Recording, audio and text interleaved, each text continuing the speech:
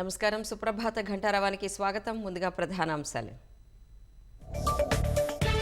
నేటి నుంచి అసెంబ్లీ సమావేశాలు. 2.5 ఏళ్ల తర్వాత అడుగుపెట్టనున్న చంద్రబాబు.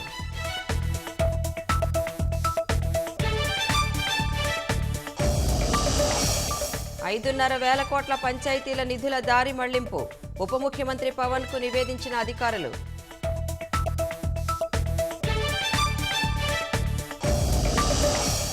వైఎస్ఆర్ జిల్లాలో వైకాపా నాయకుడి బరితెగింపు. దొంగ పత్రాలతో సీఐఎస్ఎఫ్ ఏఎస్ఐ స్థలం కబ్జా.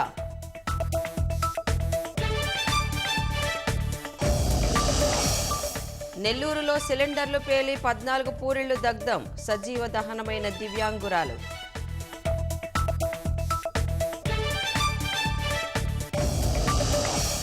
వేసవిలో భానుడి ప్రతాపానికి 114 మంది మృతి. 41,000 మందికి వడదెబ్బ తగిలిందన్న అధికారులు.